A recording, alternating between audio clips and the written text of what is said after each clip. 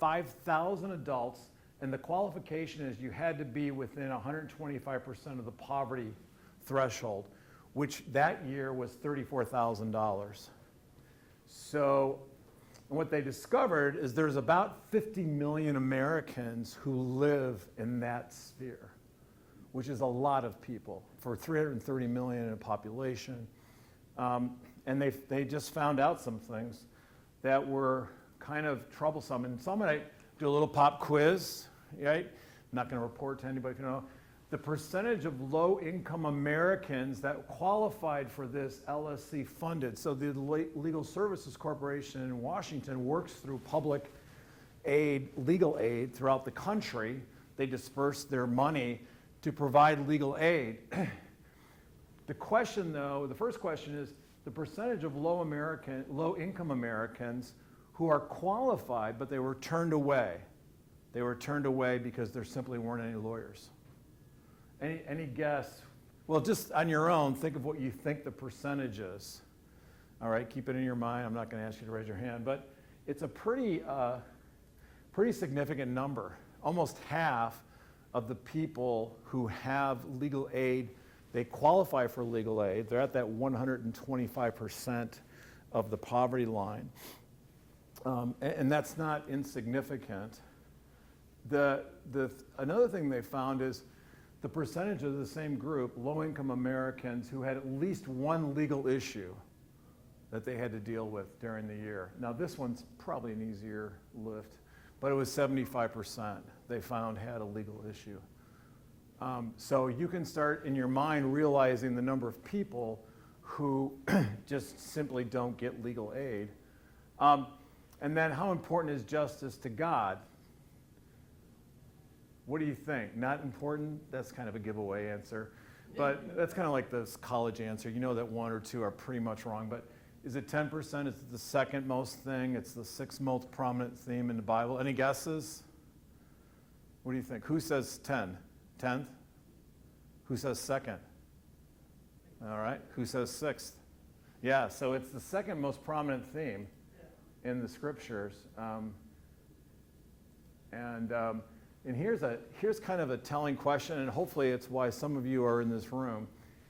Of the 384,000 churches that are in America, what percentage do you think provide legal aid, access to justice? Yeah, unfortunately, it's a very, very low number that are doing this. And so, loving your neighbor, the need is not insignificant. And it's very real, it's very pressing. And it's interesting, and this was kind of as we were finishing our season overseas, I got connected with the founder of this organization, who is named Bruce Strom. And what intrigued me about Bruce, he did private practice of law in a law firm for about 10 years, and his wife prayed him away from that.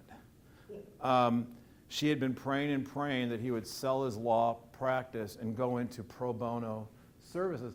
And what's very interesting is once a month on a Saturday morning, in about 75 churches right now, but there's about another 20 to 25 onboarding, legal services are now being provided through Administer Justice centers.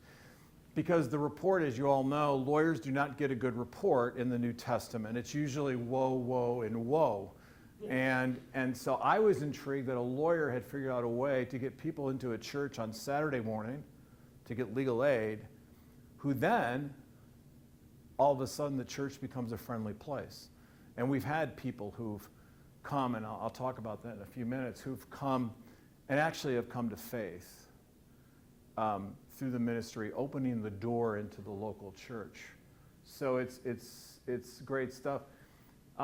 Bruce's wife, Helen, one year gave him a bracelet or I don't know what you call them anymore, but it had 365 of these verses each day of the year, handwritten, a verse from the Bible that had the word justice in it. And justice and righteousness, those terms are very close. But it finally moved him off and said, this is what we need to do. Whoops. And something that, before I get into something that's very interesting, my gray hair probably gives it away, but it was very interesting to me a year ago, right now, despite all the privacy laws in America and HIPAA, if you're familiar with that, and like every insurance company in Chicago and the Midwest knew that I was turning 65. You know, Medicare A, Medicare B, supplemental, blah, blah, blah, blah. It is kind of interesting. But what really struck me in a very odd way was, wow, I'm getting nothing about legal aid. Like if I might need a will, you know, or I might have, if I'm part of the sandwich generation, the motivation for us to come home from the foreign mission field was she'll turn 95 in 2 weeks, mother. And they describe people like us as the sandwich generation. We've got parents who are elderly and have lived longer. We've also got kids or grandkids possibly. So it was interesting to me that although I was getting besieged with documentation about medical care at the age of 65, nothing about legal care, because there is none. Essentially, there is none. There's particularly compared to Social Security and Medicare. One of the things that's so interesting about our culture is the church has served greater culture, America, in a lot of other fields. For example, in medicine, we have probably, if not the largest, one of the two largest hospitals in Chicago. There's Northwestern, there's the University of Chicago, but there's this place called Rush Memorial Hospital. But when Rush Memorial Hospital started, it was the Presbyterian Hospital. When I first moved back to Chicago in '87, it used to be called Rush St. Luke's Memorial Hospital.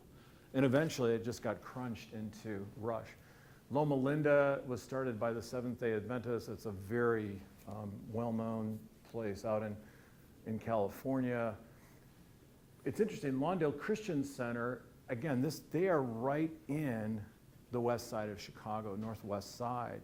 And a bunch of Wheaton students who graduated 40 years ago said, we're going in. We're going to go in, we're going to plant churches, we're going to do it. And so it's interesting how in the medical field you see this kind of community reach with faith. So medicine's covered, the academy's covered, Princeton also was started by Presbyterians. Princeton is one of the 9 universities in America that was accredited before the Revolution. And it was started by Presbyterians. And if any of you familiar with Jonathan Edwards, he was actually, before he died, served as the president of that place for a while. Notre Dame is a Catholic school, this right down the road. And it's not just the Christian faith, believers of Jesus who have done these things. Yeshiva University, a very well-known, prominent school in New York, was founded by people of the Jewish faith who wanted to minister to Jews coming in from Eastern Europe. So again, the church, and here religion, has actually served communities through education in a very powerful way, but not with justice. There is no national plan. There is no church denomination. There's no movement. And it's interesting because even applying for grants for our organization, I've been compelled to say, we're not aware of anybody like doing what we're doing on a national scope and even as a local scope. It's interesting, the local church is central to God's story of change. Salvation comes from the preaching of the word, the love of God brought to. And it's interesting, like as we sit here right now and before some of you walked in, you have a grade school, K through 8 school. Again, it's kind of a testimony to this. The church is like, well, we're going to start educating people too. It's not just, you know, I'm sure D.L. Moody would be pumped, you know, Sunday school, and it's good, but again, with law, it's just not happening. This is a justice center in downtown, well, near downtown Chicago, Covenant Presbyterian Church. I should know that because I put them up there just because when my family were overseas missionaries, they supported us. So but Our model is based on our work with the local church. And one of the things the founder, Bruce, saw when he was doing this on his own, and we come up to our 25th anniversary on February 14th. We were granted our registrations and stuff. What he found was the great struggle with pro bono law is a lot of the times when people knock on the door, it's just like a church in a sense. They knock on the door and they think it's problem A they have to deal with, but there's really B, C, D, and there's an undergirding faith question. What we find, since 40% of our cases are with families, there's all kinds of derivative secondary things that are there, and it's kind of strange. It can be very basic things, like a veteran comes in and says, I really don't understand this language to get my benefits, and so our lawyers help them do that. Social Security is the same way. You'll have someone come in who's like, because of some more minor thing that happened, they lost their driver's license, but they can qualify to get their driver's license back. The time has lapsed, whatever it was. How can I do that really quickly? And just to get a driver's license back means they can be employed. That means they can drive to work. And we don't, at least for me, those things kind of escape me because, well, particularly when we were overseas, because everybody rode a bike or we were, on a tram or something. But what Bruce found out is we need a bunch of people. And so we have a team. This is kind of the way to start it is we try to put a team together of at least 9 people. And only one of them is the attorney. The justice champion is really the key person. We try to take it as soon as possible away from the senior pastor and the elder board. Because the last thing a senior pastor needs and an elder board needs is more ministries to try to oversee, organize, blah, blah, blah. But we help them do that, and this person is really the one, and sometimes we have co-justice champions who will work together and recruit somebody who will be the prayer champion that day, because our clients sometimes do want prayer. We ask them, it's not mandatory. We have people like once you meet with an attorney, you then meet with a non-lawyer client advocate, and they sit down and say, well, let's hear what the attorney, do you understand what the attorney told you? And then after they leave, after 30 days, we have someone in the church, again, the local church, calls them, how's it going? Did you do the next steps? Do you need to come back in and talk to us? So there's kind of this holistic thing. So, and hospitality people, we've had situations where we've made sure that, there's going to be an interpreter, or there's going to be someone who doesn't speak English as their first language. Can you do that? So we try to work with people. And what we're finding is, as long as we get the right person or persons here, we're finding even attorneys from the local congregation of the church who will serve. They might be sitting in the back seat and quiet, but they're there. And it makes for a great team. And this is kind of one of the things Bruce did in the 2015-16. He started rethinking how do we do this? How do we become more holistic? 94% of the clients who have come to our doors have said they were both helped with their legal needs and they have a greater sense of God's love. And these are just some of the quotes. We get surveys every week. The volunteers prayed with me. They made me feel comfortable that I had come to the right place. I was treated like $100 million, even though I'm a pauper, which is, they were very knowledgeable and responsible. They helped me very kindly. I'm happy to know them. This is kind of my favorite one. I felt like I had a safe space to discuss, and particularly when it comes to some of the family issues, they need that safe space. It's just, so we're very happy about that. This goes to, for me, the two core reasons I joined up to work there. Reaching souls and uniting the church. So this is a church in the western suburbs of Chicago in Palatine, Illinois. It's a bilingual center they host. Normally when we open a center, again, it's one day, it's one Saturday morning a month for 3 to 4 hours. That team comes together. Sometimes it's Zoom, sometimes the attorney can't be local, so zoomed in. But normally when we start, there's one attorney and 2 or 3 clients the first few months to kind of get the thing going. Sometimes, this church was different. They had 2 attorneys on board. They had 9 clients the very first day. And what was really cool is one of them accepted Christ that morning, and within about the next month to 2 months, a second one had come to faith. Our boss was in helping out with one of the Elgin centers a month ago, and I think they had 6 or 7 clients, and the next day he goes to that church. On Sunday, he saw 3 of them in church that Sunday.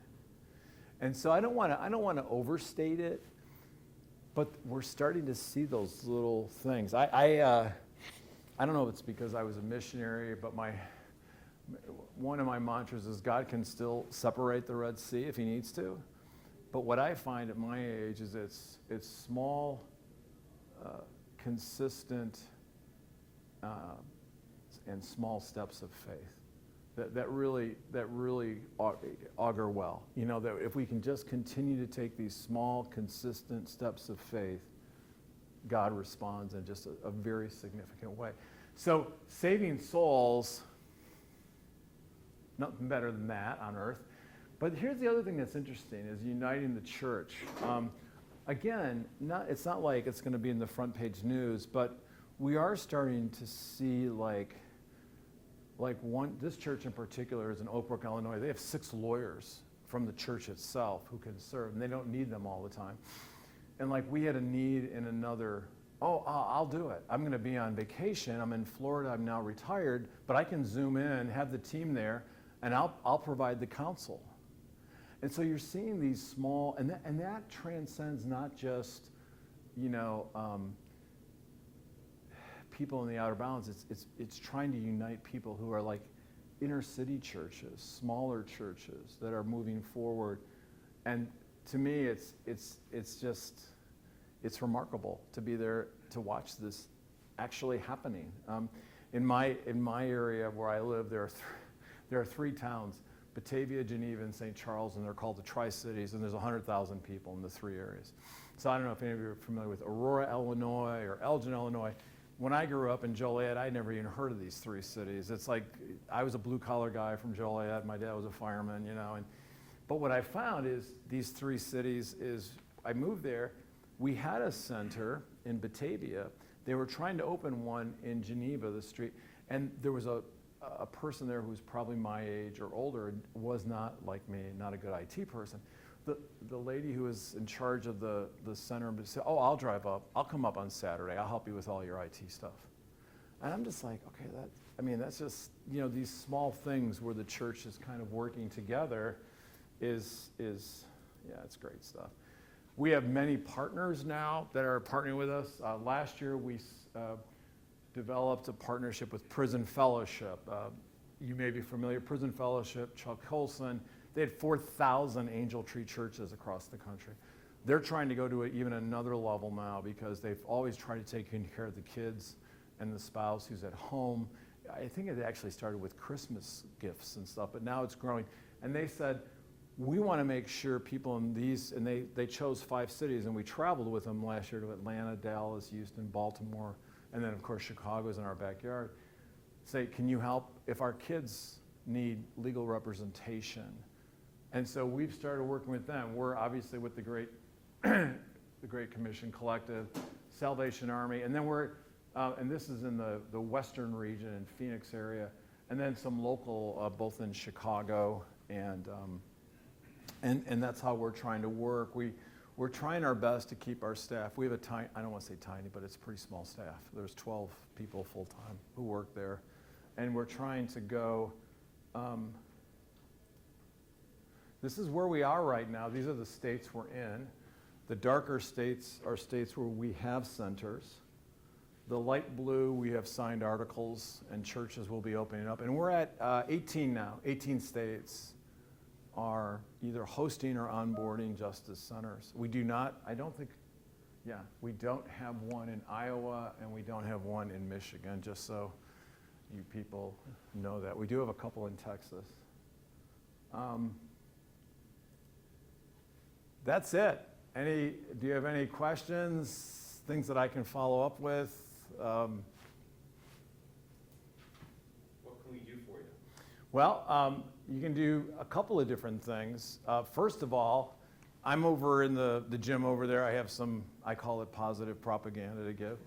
But if you think your church might be interested at all, or if you think there might be, I mentioned trying to have a small staff in Elgin.